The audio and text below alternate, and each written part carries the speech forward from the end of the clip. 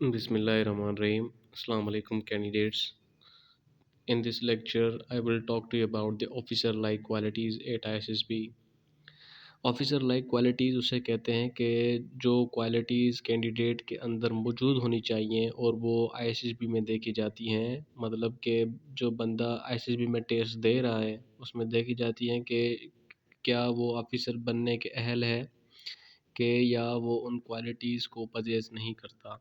कोई भी आईएसएसबी हो, Pakistan army, Pakistan air force, Pakistan navy के आईएसएसबी हो, तो सब में से जो एक ही किस्म की क्वालिटीज़ देखी जाती हैं। मैं आज वो सारी क्वालिटीज़ आपको बताऊंगा ताकि वो आप अपने अंदर डेवलप करें और वो जो है ना अपनी आईएसएसबी में शो करने की कोशिश करें। तो important and essential qualities of a serving officer which SSB is looking for in prospective candidates are explained in this lecture.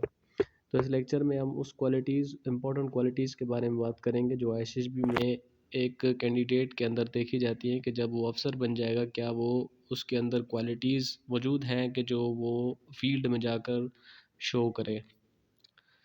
The candidates are advise to produce those qualities in themselves. तो इसी तरीके से ये मेरी एक advice है कि आप अपने अंदर वही क्वालिटीज़ पैदा करें जो आईएसएसबी में देखी जाती हैं। तो उसको मैं एक एक करके एक्सप्लेन करने जा रहा हूँ इधर।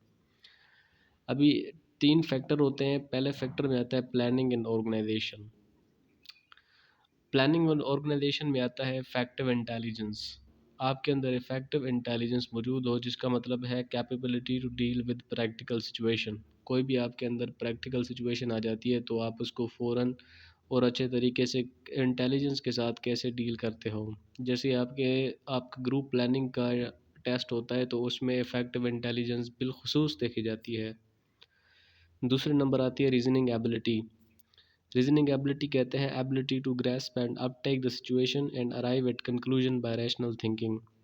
देखें, अगर इसका मतलब ये होता है कि रीजनिंग एबिलिटी मतलब कोई आप रीज़न इस्तेमाल करें, कोई भी एक्शन हो रहा है, अमल हो रहा है तो आप उसको जस्टिफाई कर सकें कि फ़लाँ स्टेप आप उठा रहे हैं, फ़लाँ कदम आप उठा रहे हैं और उसके पीछे रीज़न क्या है, तो उस रीज़न के साथ आप उसको प्रूव करें।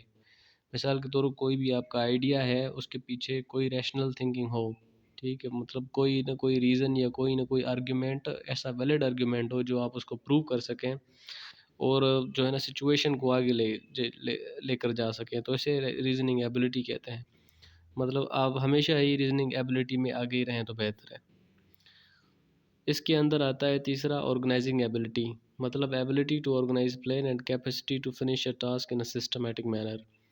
इसका मतलब होता है कि आप कोई प्लान अच्छे तरीके से ऑर्गेनाइज़ करें और उसको ख़त्म भी करें एक बेहतरीन मुनज़्ज़म तरीके के साथ, ना उसमें कोई प्रॉब्लम क्रिएट हो, मतलब आप प्रॉब्लम क्रिएटर ना बने। जो कुछ कहा गया है या जो कुछ आपने प्लान किया है उसको अहसन तरीके से अमल दरामद करें। उसमें अगर कोई प्रॉब्लम क्रिएट करते हैं तो मतलब आपके अंदर ऑर्गेनाइजिंग एबिलिटी वजूद नहीं है। चौथा है पावर ऑफ एक्सप्रेशन। इसका मतलब है आपके दिमाग में जो अंदर है वजूद बात है कि वो आप उसको अपने अल्फाजों के साथ अदा कर सकें और क्लियरली, ना उसमें कोई मिस्टेक हो, ना कोई उसमें झिझक हो। आप उसको बिल्कुल ही साफ़ और शफ़ाफ़ तरीके से उसको बयान कर सकें। आपके अंदर गुण हो कि आप बात जो कहना चाहते हैं वो अच्छे तरीके से कह सकते हैं। फैक्टर 2 में सोशल एडजस्टमेंट्स आती हैं। मतलब आप दूसरों के साथ किस तरीके से आपको चलना होगा ये भी देखते हैं और उसमें क्या आती है सोशल एडॉप्टेबिलिटी। मतलब टू एडॉप्ट चेंजिंग एनवायरनमेंट। आपके चौगिर्द क्या हो रहा है, आपकी जो चेंजिंग हो रही है, क्या क्या वो आप उसको एडजस्ट कर सकते हैं या आप उससे मतलब एडजस्ट नहीं करते हैं। मिसाल के तौर पर इस फोर्सेस में क्या होता है कि सबसे पहले आप अपना घर छोड़ना होता है, अपने कंफर्ट जोन छोड़ना होता है, आपने अपना शहर छोड़ना होता है। तो ये आपको फ़ौरन एक नया और अलग एनवायरनमेंट मिलता है।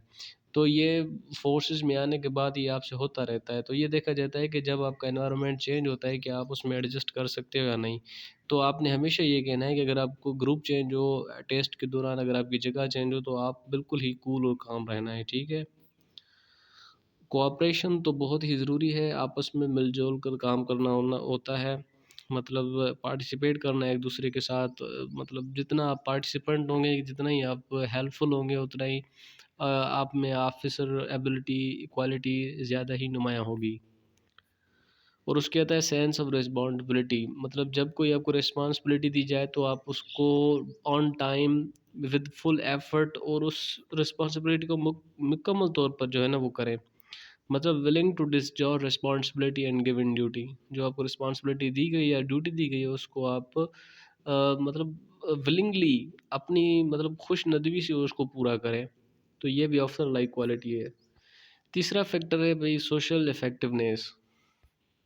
उसमें आता है इनिशिएटिव। आपने हमेशा ही पेशरफ्ती का मुजाहरा करना है, मतलब आपके अंदर कोई ना कोई इनिशिएटिव हो। इनिशिएटिव का मतलब होता है कोई ना कोई पहल करना, मतलब ability to start and sustain an act. कोई भी पहले चीज़ आइडिया दें, कोई भी पहला मूव बताएं, कमांड बताएं, ऑर्डर बताएं और उसको उस पर डटे रहें। स्पीड ऑफ डिसीजन, फटाफट आप में के अंदर एक जादू हो फैसला लेने का जो दुरुस्त साबित हो, ठीक है।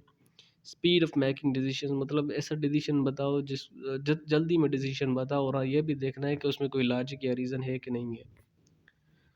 और उसके बाद आता है एबिलिटी टू इन्फ्लुएंस ग्रुप। ये बहुत इंपॉर्टेंट होता है। अब 6 या 10 या ग्रुप होता है, जो भी आप उसमें से यूनिक हो, मतलब आप में से कोई ऐसी चीज़ हो जो सारे ग्रुप में ना हो, ट्राई टू क्रिएट दैट। मतलब ऐसी कमांड दें जिससे आपके जो मौजूदा मसाइल हैं वो हल हो जाए, ठीक है। तो इस तरीके से आपके जो फैक्टर्स हैं, रिसोर्सफुलनेस भी होता है, मतलब आपके पास हर वो आइडिया, हर वो चीज़ हो जिसके साथ आपके जो अंदर मसाइल हैं ग्रुप में या जो कोई टास्क है वो मुकम्मल हो, ना कि वरीज़ मसाइल पैदा हों। सो फैक्टर 4 में आता है डायनामिज़्म। डायनामिज़्म में डिटर्मिनेशन होता है, पुख्ता इरादगी होती है, फिर रिजोल्यूशंस होता है, जो करना है तो करना है, ठीक है। डू और डाई वाली सिचुएशन होती है। फिर आती है करेज, आप में हिम्मत हो, आप ना डर हो, आपके अंदर डर ना हो, मतलब बड़े बड़े फैसले लेने की आप में सलाहियत हो, बोल्ड डिसीजंस लेने की आपके आदत हो। और स्टामिना दो किस्म की होती है, एक फिजिकल होती है, दूसरी मेंटल होती है। मतलब आप जिस्मानी जितना भी काम करें तो आपके अंदर कोई थकावट महसूस ना हो, और आप मेंटली तौर पर हमेशा फ्रेश रहे, तो ये भी डायनामिज्म के अंदर फैक्टर्स और ऑफिसर लाइक क्वालिटीज़ आती हैं। तो डियर कैंडिडेट्स, आप जो मैंने क्वालिटीज़ आपके सामने बयान की, आप कोशिश करनी है कि आपके अंदर जो है ना वो पैदा हो जाएँ, ताकि आप बतौर अफ़सर भर्ती हो जाएँ। Thanks for watching this video. अगर इन्फॉर्मेटिव लगी हो तो चैनल को सब्सक्राइब ज़रूर करें और अपने दोस्तों के साथ भी शेयर करें। Thank you so much for watching.